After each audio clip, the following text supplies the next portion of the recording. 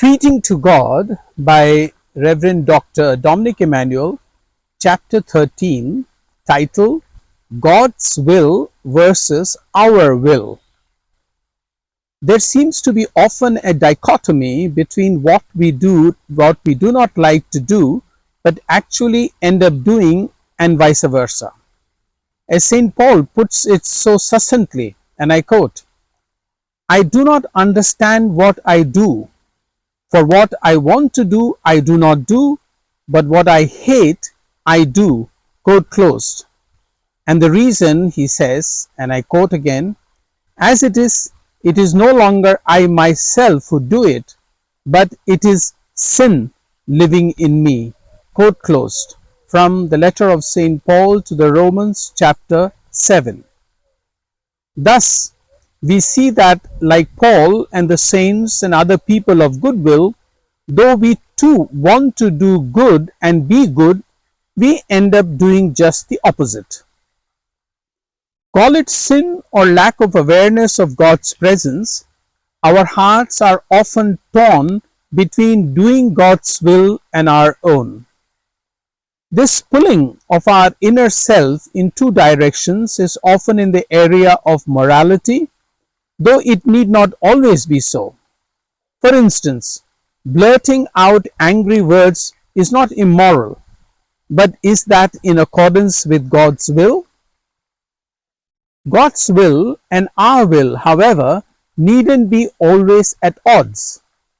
The disciples of Jesus once asked him to teach them to pray.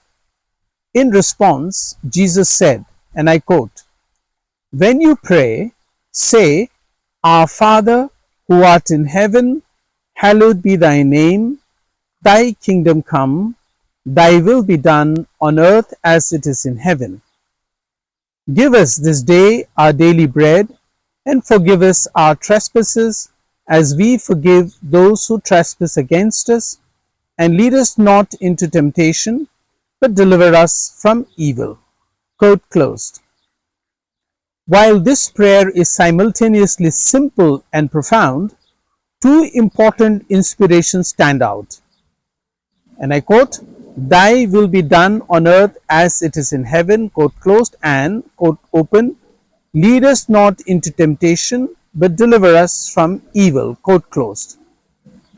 If we can practice it in our lives, whereby we let His will be done on earth as it is in heaven, we might be able to a great extent transform this earth a wee bit like heaven. The following desire, "lead us not into temptation but deliver us from evil," would then be a consequence of our sincere prayer for the grace to do God's will. With regard to the God's will factor, Paul exhorts, and I quote, "Do not conform any longer to the pattern of this world, but be transformed by the renewing of your mind. Then you will be able to test and approve what God's will is, His good, pleasing, and perfect will." Quote closed from St. Paul's letter to the Romans, chapter 12. Keeping God's will foremost against one's own will is what Jesus did too. Before his painful journey to Calvary, Jesus prayed, and I quote, "Father, if it is your will, remove this cup from me. Nevertheless, not my will, but yours be done." Quote closed from the Gospel of Luke, chapter 22.